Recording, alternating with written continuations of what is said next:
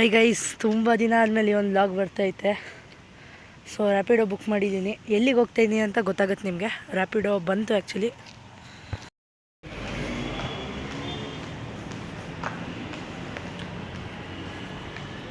So guys, ಇವತ್ತು ನಾನು ಬಂದಿರೋದು ಮೂವಿಗೆ. ಯಾವ ಮೂವಿಗೆ ಅಂದರೆ ಭೈರತಿ ರಣಗಲ್. ನನಗೆ ಸುಮಾರು ದಿನದಿಂದ ಅದು ರಿಲೀಸ್ ಅನೌನ್ಸ್ಮೆಂಟ್ ಆದಾಗಿಂದ ನೋಡಬೇಕಂತ. ಬಿಕಾಸ್ ನನಗೆ ಮಫ್ತಿನೇ ಫುಲ್ ಇಷ್ಟ ಆಗೋಗಿತ್ತು. ಸೊ ಅದರದ್ದು ಪ್ರೀಕ್ವಲ್ ಹೇಗಿರೋದ್ರಿಂದ ನನಗೆ ತುಂಬ ಕ್ವಶನ್ಸ್ ಉಟ್ಕೊಂಡಿತ್ತು, ಅದು ಹೆಂಗೆ ಇದು ಹೆಂಗೆ ಅಂತ. ಸೊ ಅದೆಲ್ಲ ಕ್ಲಿಯರ್ ಮಾಡ್ಕೋಬೇಕಂದ್ರೆ the only answer is Bhairathi Ranagal. So ಅದಕ್ಕೋಸ್ಕರ ನೆಕ್ಸಸ್ ಸೆಂಟರ್ ಸಿಟಿ ಮಾಲಿಗೆ ಬಂದಿದ್ದೀವಿ. ಸೊ ಅಲ್ಲಿ ಏನಕ್ಕೆ ನೋಡಿ, ನೆಕ್ಸಸ್ ಮಾಲು. ಸೊ ಏನಕ್ಕೆ ಅಂದರೆ ನಮ್ಮ ಮನೆ ಹತ್ರ ಐನಾಕ್ಸ್ ಇದೆ ಆಯಿತಾ, ಮಾಲ್ ಆಫ್ ಮೈಸೂರಲ್ಲಿ. ಬಟ್ ಆದರೂ ನಾನು ಪಿ ವಿ ಆರ್ ಬಂದಿದ್ದೀನಿ. I usually prefer P we are. ಏನು ಗೊತ್ತಾ, ಅದೊಂಥರ ಏನೋ ಪರ್ಸ್ನಲ್ ಪ್ರಿಫರೆನ್ಸ್ ಅಂತ ಇರುತ್ತಲ್ಲ ಒಬ್ಬೊಬ್ರಿಗೆ. ಸೊ ನನಗೆ ಆ ಥರ ಪಿ ವಿ ಆರ್ ಅಂದರೆ ಸ್ವಲ್ಪ ಪರ್ಸ್ನಲ್ ಪ್ರಿಫರೆನ್ಸ್ ಜಾಸ್ತಿ ನನಗೆ. ಸೊ ಶೋ ಇರೋದು 10:20. ಟೈಮ್ ನೀವೇ ನೋಡ್ಕೊಳ್ಳಿ ಎಷ್ಟಾಗಿದೆ ಅಂತ. ಸೊ ಹೋಗ್ತಾಯಿದ್ದೀನಿ ಈಗ. ನೆಕ್ಸ್ಟ್ ಫ್ಲೋರೇ ಬಂದಾಯಿತು. ನಾನು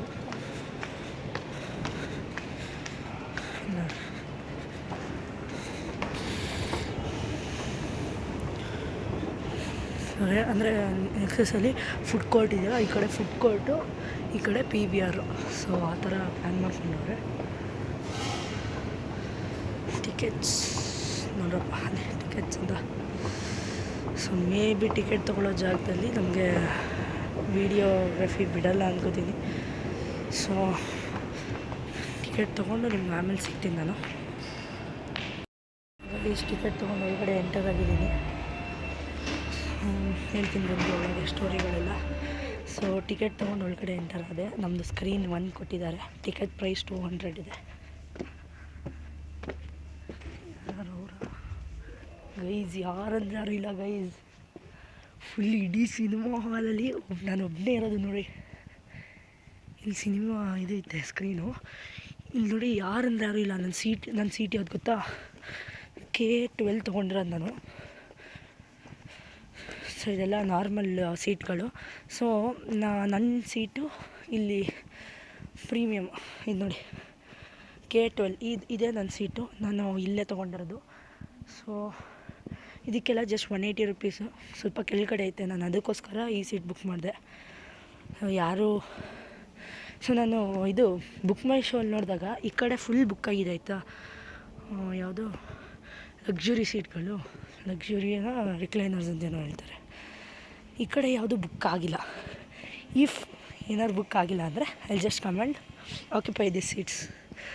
ನೋಡಿ ರಿಕ್ಲೈನರ್ಸಲ್ಲಿ ಕೂತೀನಿ. ರಿಕ್ಲೈನಿಂಗ್ ಮಾಡೋದಿಲ್ಲ, ರಿಕ್ಲೈನ್ ಆಗ್ತಾ ಐತೆ ಇದು ನೋಡಿ. ಈ ಥರ ಸೀಟ್ ರಿಕ್ಲೈನ್ ಆಗುತ್ತೆ. ಸೊ ಬಟ್ ನಾನು ಇದಕ್ಕೆ ಟಿಕೆಟ್ ತೊಗೊಳ್ಳಿಲ್ಲ. It's a bit expensive. ಅದಕ್ಕೋಸ್ಕರ ಶೋಗೆ ಇನ್ನೂ ತುಂಬ ಟೈಮ್ ಇದೆ, ಅದಕ್ಕೆ ಯಾರೂ ಬಂದಿಲ್ಲ. ಒಬ್ಬನೇ ಅಡ್ಡಾಡ್ತಾ ಇದ್ದೀನಿ. ನಾನು ಲಾಸ್ಟ್ ಪಿಕ್ಚರ್ ನೋಡಿದಂದರೆ ಬಗೀರ ಚೆನ್ನಾಗಿತ್ತು. ಬಟ್ ನಾನು ಇಲ್ಲಿ ನೋಡಲಿಲ್ಲ. ಇಲ್ಲಿ ಚಿಕ್ಕಮಂಗ್ಳೂರು ಹತ್ರ ಬಾಳೆಹೊನ್ನೂರು ಅಂತ ಒಂದು ಊರಿದೆ. ಸೊ ಅಲ್ಲಿ ನಮ್ಮ ದೊಡ್ಡಮ್ಮನ ಮನೆ ಇದೆ. ಅಲ್ಲಿ November 2 ಹೋಗಿದ್ವಿ. ನಾನು, ನಮ್ಮ ದೊಡ್ಡಪ್ಪ, ನಮ್ಮ ಪಪ್ಪ ಎಲ್ಲ ಹೋಗಿದ್ವಿ. Bhaira was really entertaining and ನಂಗೆ ನಿಜವಾಗ್ಲೂ ಇಷ್ಟ ಆಯಿತು. ಮುರಳಿ ಅವರು ಆ್ಯಕ್ಚುಲಿ ನನಗೆ ಪರ್ಸ್ನಲ್ ಫೇವ್ರೇಟ್ ಆಯಿತಾ. ಅವ್ರ ಡೈಲಾಗು, ಮಾಸ್ ಡೈಲಾಗ್ ಡೆಲಿವರಿ ಎಲ್ಲ ನೆಕ್ಸ್ಟ್ ಲೆವೆಲ್ಲು.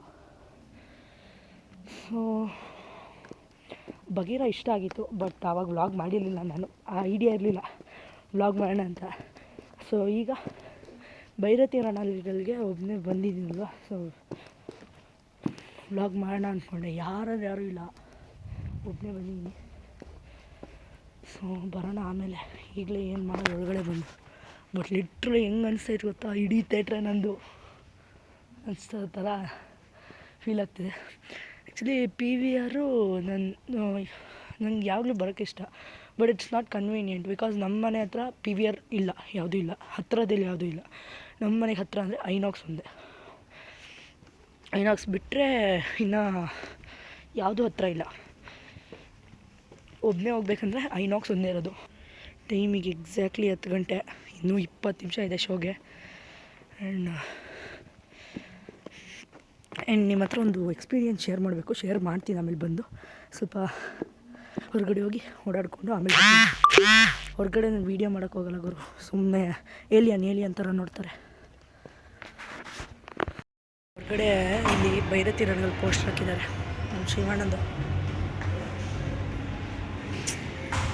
ನಿಜವಾಗ್ಲೂ ಗ್ರೇಟ್.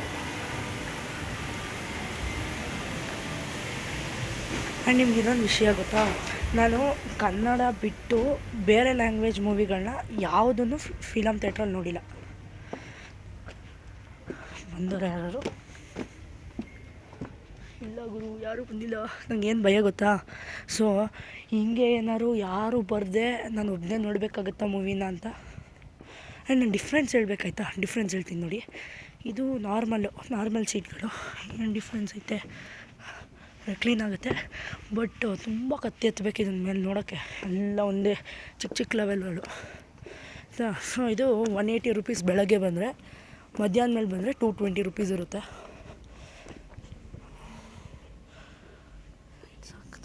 ಲೈಟ್ಸ್ ಹಾಕಿದ್ರು ಕೂತಿರೋಣ. ನಮ್ದು ಈ ಸೀಟ್ ಅಲ್ವಾ, ಇದು ನೋಡಿದ್ರೆ ಇದು ರಿಕ್ಲೈನಲ್ಲಿ ಆಗುತ್ತೆ, ಬಟ್ ಜಾಸ್ತಿ ತಲೆ ಎತ್ತು ನೋಡೋಕ್ಕಂತಿಲ್ಲ.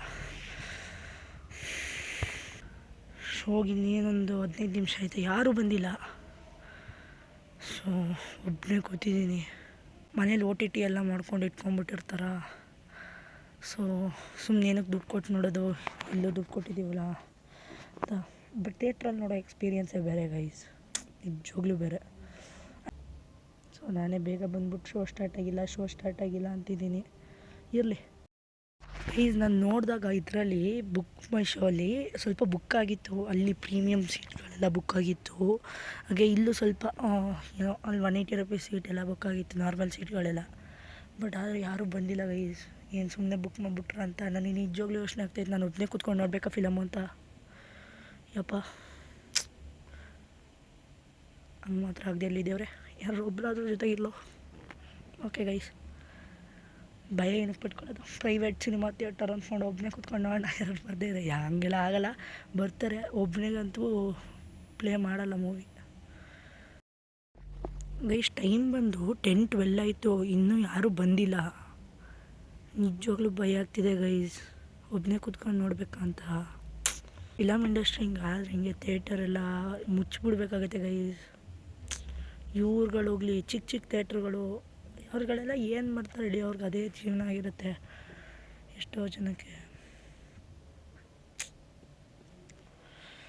ಇವಾಗಲೂ ಬೇಜಾರಾಗ್ತೈತೆ. ಮೊದಲೆಲ್ಲ ಒಂದು ಫಿಲಮ್ಗೆ ಹೋದ್ರೆ ನಾವೇ ಲೇಟಾಗಿ ಹೋಗ್ತಾಯಿದ್ವಿ, ಎಷ್ಟು ಫುಲ್ ಜನ ಹೌಸ್ಫುಲ್ಲು. ಅದು ಇವತ್ತು ರಜಾ ಇದೆ ಆ್ಯಕ್ಚುಲಿ, ಮಂಡೇ, ಇವತ್ತು ಸಂಡೇನೂ ಅಲ್ಲ, ಆದರೂ ಜನ ಬಂದಿಲ್ಲ. ಏನೂ ಮಾಡೋಕ್ಕಾಗಲ್ಲ. ಈ OTTಗಳು ಬಂದ್ಬಿಟ್ಟು ಎಲ್ಲ ಹಾಳು ಮಾಡೋದು. ಇನ್ ದ್ಯಾಟ್ ಸೆನ್ಸ್ ನಾನು OTT ಯೂಸ್ ಮಾಡ್ತೀನಿ, ಬಟ್ ಯಾವುದಕ್ಕೆ? If I want to watch a movie which I couldn't, ಆ ಥರ ಮೂವೀಸ್ ನೋಡ್ತೀನಿ. ಟೈಮ್ ಪಾಸ್ಗೆ ಹಳೆಯ ಮೂವಿಗಳು ಎಲ್ಲ ಇರ್ತಾವಲ್ಲ, 2010, 15 ಆ ಥರ ಮೂವಿಗಳು ನೋಡ್ತೀನಿ.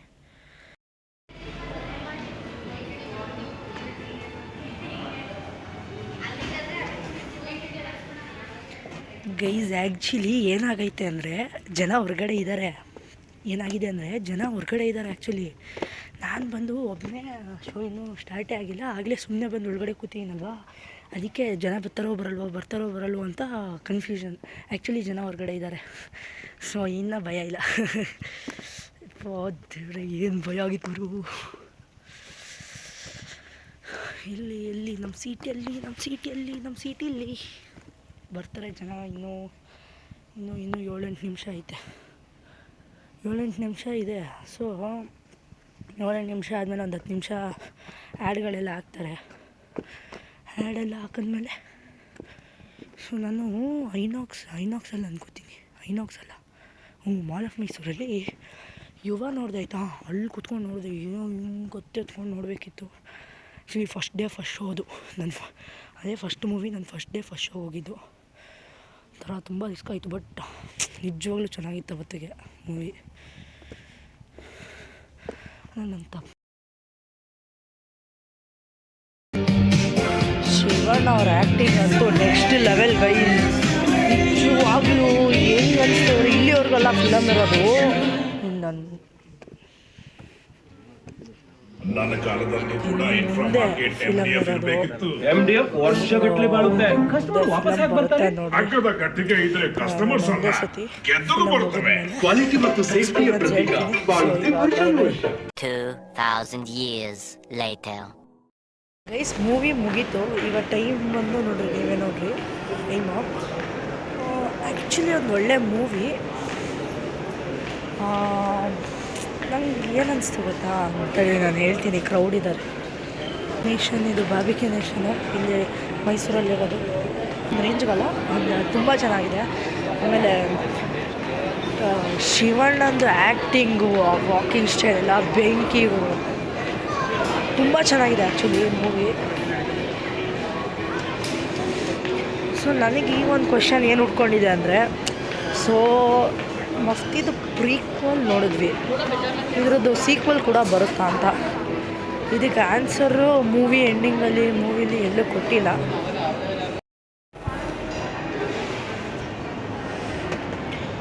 ಸೊ ಒಂದು ಒಳ್ಳೆ ಮೂವಿ ನೋಡ್ಬೋದು ಎಲ್ಲ ಬಟ್ ಚಿಕ್ಕ ಮಕ್ಕಳು ಸ್ವಲ್ಪ ಅವಾಯ್ಡ್ ಮಾಡಿ. ಯಾಕಂದರೆ ತುಂಬ ವೈಲೆನ್ಸ್ ಇದೆ. ಅದೇ ಮಕ್ಳಿಗೆ ಅಷ್ಟೊಂದು ಸೂಟ್ ಆಗೋಲ್ಲ ಅದು. ಸೊ ಒಂದು ಮಾಸ್ ಎಂಟರ್ಟೈನರ್, ಮಾಸ್ ಆಡಿಯನ್ಸಿಗೆ ಮಾತ್ರ ಮಾಡಿರೋ ಥರ ಇದೆ ಮೂವಿ. ಅದು ಬಿಟ್ಟರೆ ಫ್ಯಾಮಿಲಿ ಎಂಟರ್ಟೈನಿಂಗ್ ಅಂತ ಏನಂದ್ರೇನೂ ಇಲ್ಲ. ಒಂದು ಮಫ್ತಿ ರೇಂಜ್ಗೆ ಏನಿದೆಯೋ ಅದಕ್ಕಿಂತ ಮೀರಿ ಒಂದು ಸ್ಟೆಪ್ ಮೇಲೆ ಕೊಟ್ಟಿದ್ದಾರೆ ನೋಡಿ. ಬೈಕ್ಸ್ ಎಲ್ಲ ಇಟ್ಟಿದ್ದಾರೆ, ಏನಕ್ಕೆ ಗೊತ್ತಿಲ್ಲ. ವಿಡಾ ಪ್ರಮೋಷನಾ? ಹಾಂ, ವಿಡಾ ಪ್ರಮೋಷನ್ನೇ. ವಿಡಾ ಬೋರ್ಡ್ ಹಾಕಿದ್ದೀನಿ, ನೋಡಲಿಲ್ಲ. ಕ್ರಾಕ್ಸ್ ನನಗೆ ಒಂದು ಹೇಳಿ ಆಯಿತಾ, ಕ್ರಾಕ್ಸ್ ಏನಕ್ಕೆ ಅಷ್ಟೊಂದು ಕಾಸ್ಟ್ಲಿ. ಆಮೇಲೆ ನನ್ನ ಫ್ರೆಂಡ್ಸ್ ಎಲ್ಲ ಕ್ರಾಕ್ಸ್ ತೊಗೊಂಡು ನನ್ನ ಫ್ರೆಂಡ್ಸ್ ಎಲ್ಲ ಕ್ರಾಕ್ಸ್ಗೆ ಅದೇನೋ ಸ್ಟಿಕ್ಕರ್ಸ್ ಎಲ್ಲ ಬರುತ್ತೆ ಆಯಿತಾ, ಅದಕ್ಕೇನೋ ಅಂತಾರೆ, ನನಗೂ ಕರೆಕ್ಟಾಗಿ ಗೊತ್ತಿಲ್ಲ. ಅದಕ್ಕೆ 250 ರೂಪಾಯಿ ಕೊಟ್ಟು ಹೋಗ್ತಾರೆ. 250-300 ರೂಪಾಯಿ ಕೊಟ್ಟು ಅದೇನೋ ತೊಗೋತಾರೆ. ಅದಕ್ಕೆಲ್ಲ ಅಷ್ಟು ಕೊಟ್ಟು ತೊಗೊಂಡಿರ್ತಾರೆ ಆಯಿತಾ. ಆದರೂ ನಾನು ಆ ರೇಟ್ಗೆ ಒಂದು 300-250 ರೇಟ್ಗೆಲ್ಲ ಒಂದು ಸ್ಲಿಪ್ಪರೇ ಪರ್ಚೇಸ್ ಮಾಡಿರ್ತೀನಿ ಮನೇಲಿ ಹಾಕ್ತಿರೋದು. ಆಮೇಲೆ ಆ ಕ್ರಾಕ್ಸ್ ಏನು ಅಷ್ಟೊಂದು ಚೆನ್ನಾಗೂ ಇರೋಲ್ಲ.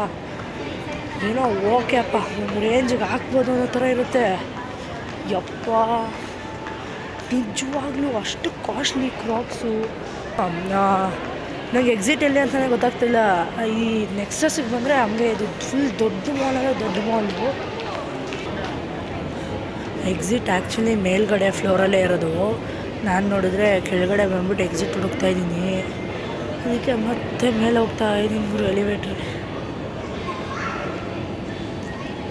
ನಾನು ಕ್ರಾಕ್ಸ್ ಬಗ್ಗೆ ಮಾತಾಡ್ತಿದ್ದಾಗ, ಕ್ರಾಕ್ಸ್ ಬಾತ್ರೂಮ್ ಚಪ್ಪಲಿ ಥರ ಇರುತ್ತೆ. ಅದಕ್ಕೆಲ್ಲ ಹೋಗ್ಬಿಟ್ಟು 3000-4000 ಎಲ್ಲ ಕೊಡ್ತಾರೆ. ನಿಜವಾಗ್ಲೂ ಏನಕ್ಕೆ ಇಷ್ಟೆಲ್ಲ ಕೊಡ್ತಾರೆ? ಎಲ್ಲಪ್ಪ ಎಕ್ಸಿಟ್ಟು. ಎಸ್, ಎಕ್ಸಿಟ್ ಸಿಕ್ತು. ನಾನು ಹಿಂಗೆ ಬಂದಿದ್ದೆ, ಎಂಟ್ರಿ ಹಿಂಗೆ ಬಂದಿದ್ದು. ಆ್ಯಂಡ್ ಏನಪ್ಪ ಏನೋ ಮೂವಿಗೆ ಹೋಗ್ಬಿಟ್ಟು ಮೂವಿ ಬಗ್ಗೆ ಮಾತಾಡ್ತಿಲ್ಲ. ಹೌದು, ಮೂವಿ ಮಾತಾಡಬೇಕಷ್ಟು, ಎಷ್ಟು ಮಾತಾಡಬೇಕು ಅಷ್ಟು ಮಾತಾಡಿದ್ದೀನಿ, ಸಾಕು ಅನ್ಕೋತೀನಿ ಅಷ್ಟು. ಮೂವಿ ನೋಡ್ರಪ್ಪ, ಒಂದು ರ್ಯಾಪಿಡೋ ಬುಕ್ ಮಾಡಿಕೊಂಡು ನನ್ನ ಮನೆಗೆ ಹೋಗಿ ಮನೆಯಲ್ಲಿ ವ್ಲಾಗ್ ಎಡಿಟ್ ಮಾಡಿ ಇದು ಅಥವಾ ನಾಳೆ ಅಥವಾ ನಾಡಿದ್ದು ಅಷ್ಟರಲ್ಲಿ ಬರುತ್ತೆ. ಒಂದು ರ್ಯಾಪಿಡೋ ಬುಕ್ ಮಾಡ್ಕೋತೀನಿ. ಈಸ್ ಮನೆ ಹತ್ರ ಬಂದೆ. ಮನೆಗೆ ಬರೋಷ್ಟರಲ್ಲಿ ದೊಡ್ಡ ಸೀನ್ ಆಗೋಯ್ತು ಆ್ಯಕ್ಚುಲಿ. ನನ್ನ ಮೊಬೈಲು ಸ್ವಲ್ಪ ಹಳೇದಾಯ್ತಾ, ಬ್ಯಾಟ್ರಿ ಅಷ್ಟೊಂದು ನಿಲ್ಲಲ್ಲ. ನಂದು ಬ್ಯಾಟ್ರಿ 11% ಬಂದು ನಿಂತ್ಬಿಡ್ತು. ಯಾರೂ ಆಕ್ಸೆಪ್ಟ್ ಮಾಡ್ತಿಲ್ಲ ರ್ಯಾಪಿಡೋ. ಆಮೇಲೆ ಯಾರೊಬ್ರು ಆಕ್ಸೆಪ್ಟ್ ಮಾಡಿದ್ರು. 15 ನಿಮಿಷ ಕಾದೆ, ಯಾರೂ ಬರಲಿಲ್ಲ. ಆಮೇಲೆ ಸರಿಯಪ್ಪ, ಇನ್ನೇನು ಮಾಡೋದು, ಯಾರೂ ಬರ್ತಾಯಿಲ್ವಲ್ಲ ಅಂತ ನಾನು ಸರಿ ಯಾವುದೋ ಬಸ್ ಹೋಗ್ತಿತ್ತು, ಕ್ಯಾಚ್ ಮಾಡೋಣ ಅಂತ ಹೋದೆ. ಬಸ್ಸು ಮುಂದೆ ಹೋಗ್ಬಿಡ್ತು. ಆಮೇಲೆ ಸುಮ್ಮನೆ ನಡ್ಕೊಂಡು ಹೋಗ್ತಿದ್ದೆ. ಒಂದು ಮಿಸ್ ಕಾಲ್ ಬಂದಿತ್ತು. ಫೋನ್ ಮಾಡಿದೆ, ಅಣ್ಣ ರ್ಯಾಪಿಡೋ ಬುಕ್ ಮಾಡಿದ್ರಾ ಅಂದು. ಹ್ಞೂ ಹೌದು ಅಂದೆ. ಸರಿ ಆಯಿತು, ಎಲ್ಲಿದ್ದೀರಾ ಹೇಳಿ. ಆಯಿತು, ಆ ರ್ಯಾಪಿಡೋ ಹೊತ್ಕೊಂಡು ಬಂದೆ. ಅಂದರೆ ಇಲ್ಲ ಜಾಸ್ತಿ ಐತೆ, ಸೆಂಟ್ರಲ್ ಬಸ್ ಸ್ಟ್ಯಾಂಡ್ ಹತ್ರ ಬಿಡ್ತೀನಿ. ಮೈಸೂರು ಸೆಂಟ್ರಲ್ ಬಸ್ ಸ್ಟ್ಯಾಂಡ್ ಹತ್ರ ನನಗೊಂದು 80 ರೂಪಾಯಿ ಕೊಡು ಸಾಕು. 80 ರೂಪಾಯಿ ನಮ್ಮ ಮನೆಗೆ 80 ರೂಪಾಯಿ ತೋರಿಸ್ತೈತೆ ನೆಕ್ಸಸ್ಸಿಂದ.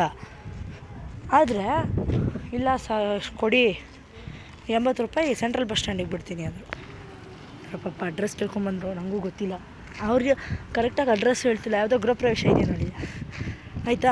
ಸೊ ಆಮೇಲೆ ಸೆಂಟ್ರಲ್ ಬಸ್ ಸ್ಟ್ಯಾಂಡಿಗೆ ಬಿಡ್ತೀನಿ. ಸೆಂಟ್ರಲ್ ಬಸ್ ಸ್ಟ್ಯಾಂಡಿಂದ ಬಸ್ ಹತ್ಕೊಂಡು ಹೋಗು, ನನಗೆ 80 ರೂಪಾಯಿ ಕೊಡೋದು. 80 ರೂಪಾಯಿಗೆ ಮನೆಗೆ ತೋರಿಸ್ತಾಯಿತ್ತು ನನಗೆ. ಸೊ ಆಮೇಲೆ ಏನು ಕಣ ಅಂದೆ. ಇಲ್ಲ ಬಸ್ ಹತ್ಕೊಂಡು ಹೋಗು ಮನೆ ಹತ್ರ. ಬಸ್ ಇಳಿದು ಮನೆಗೆ 1 ಕಿಲೋಮೀಟ್ರ್ ಆಗುತ್ತೆ, ನಾನು ಹಿಂಗೆ ಹೋಗಲಿ ಬಿಡಿ ಅಂದೆ. ಆಯಿತು, 70 ತೋರಿಸ್ತಾಯಿತ್ತು ನನಗೆ, ಇನ್ನೊಂದು 10 ರೂಪಾಯಿ ಸೇರಿಸ್ಕೊಡು ಬಿಡ್ತೀನಿ. ಸರಿ ಆಯ್ತು ನಡ್ರಿ ಅಂದೆ. ಬಟ್ ಈಗ 100 ಕೇಳೋದು, ಏನೂ ಮಾಡೋಕ್ಕಾಗಲ್ಲ. One of the worst experiences ನಂದು ರ್ಯಾಪಿಡೋಲಿ ಯಾವತ್ತೂ ನಂಗೆ ಹಿಂಗೆ ಆಗಿರಲಿಲ್ಲ.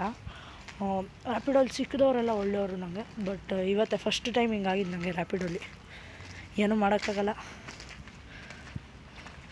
ಸೊ ವ್ಲಾಗ್ ಎಂಡ್ ಮಾಡ್ತಾಯಿದ್ದೀನಿ.